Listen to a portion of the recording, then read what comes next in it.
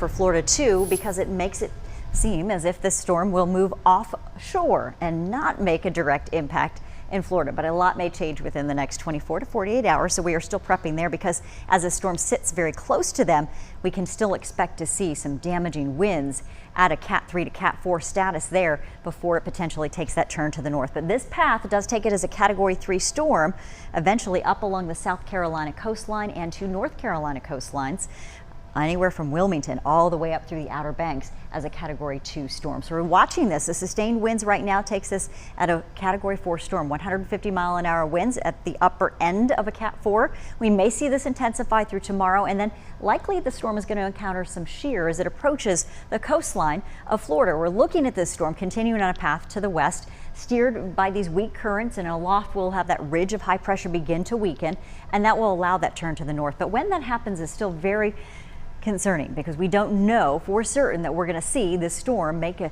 direct turn to the north soon enough before it stops that impact for the highest winds, and the damage there could be intense for coastal flooding. So we're anticipating pretty big storm surge here still for Florida at this point. That track though takes a north and easterly turn by next Thursday.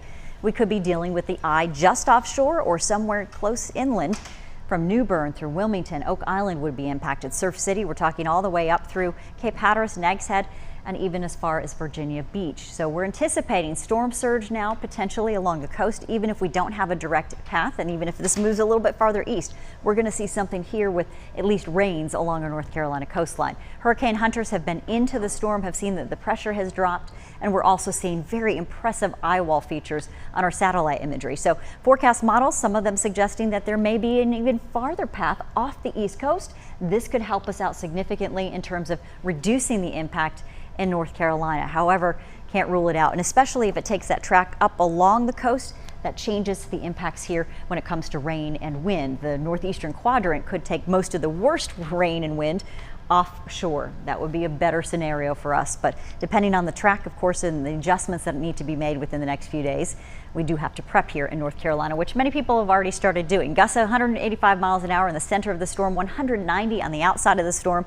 We are beginning to see some intense storm changes here with that eye wall core, and the eye wall cycles are going to see some intensity changes for us. So they're going to see some eye wall replacements develop. That means intensity could drop off a little bit and then intensify as it moves into warm waters. We know that wave heights are 30 feet at the center of the storm, and then we expect to see those wave heights impacting folks out toward the Carolina coastlines. Look at the water temperatures too, upper 80s as the storm makes that turn. If it's in those upper 80s along the Gulf Stream, we're expecting also to see 82 degrees closer to our coast, which will help hopefully reduce that intensity of the storms. And remember, wind shear too will be a big factor as this storm moves north eventually. So right now what we know is that the Bahamas and approaching Florida, Dorian's turn to the north, North Carolina impact still questionable as whether we'll see a direct impact along the coast or will we see that pull away just in time to help us out. Florida storm surge is still likely.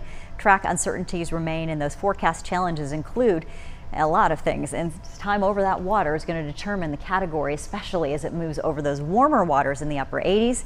Timing of the turn is still uncertain for us, but we do anticipate this turn to take place as we head toward Sunday, Monday, and by Tuesday, Wednesday into next week, Thursday, we could be seeing the storm off of our coast and may wrap in some of those showers, those thunderstorms, bands, could move inland, but right now our impact still expected to be lower than most folks. Mountains and the foothills could even have a lower impact at this point, but coastal swells in Category 2 as a question mark along our coast with those high risk for rip currents. This will start as we go into Monday and last most of the week if it's not already experiencing that from the front that we have there now. So that's the track. These are the possibilities. Cat 2 is a national hurricane forecast track at this time for impact along the North Carolina coast by Thursday of next week. 88 degrees for us today. It was so nice and it's dry out there. At least we are benefiting as we watch the storm from beautiful days. We've got another one for you on Sunday. Most of the shower and thunderstorm activity is also intermittent at the beaches, so it's not a complete washout, at least immediately, but we do notice higher surf and some high rip current risks will develop for folks at the southern beaches, especially from Myrtle Beach and south. 86 right now here in Asheboro, 78 in Galax. And look at this, mountain temperatures from 55 tomorrow morning, 72 at lunchtime. We've got you at 76 for afternoon highs with mostly sunny conditions. And in the foothills from 60 degrees, we'll take you to 83 with easterly winds at about 5 to 10 miles an hour. And also in the Triad, Mostly sunny, a nice day, still enjoying fairly comfortable humidity. And take a look at your 7-day forecast. We stretch it out with 84 on Sunday, 86 Monday, 90 on Tuesday. A little hot there for you ahead of the system. And then potentially some more clouds with storm chances possible from Dorian on Thursday and an impact day for you then.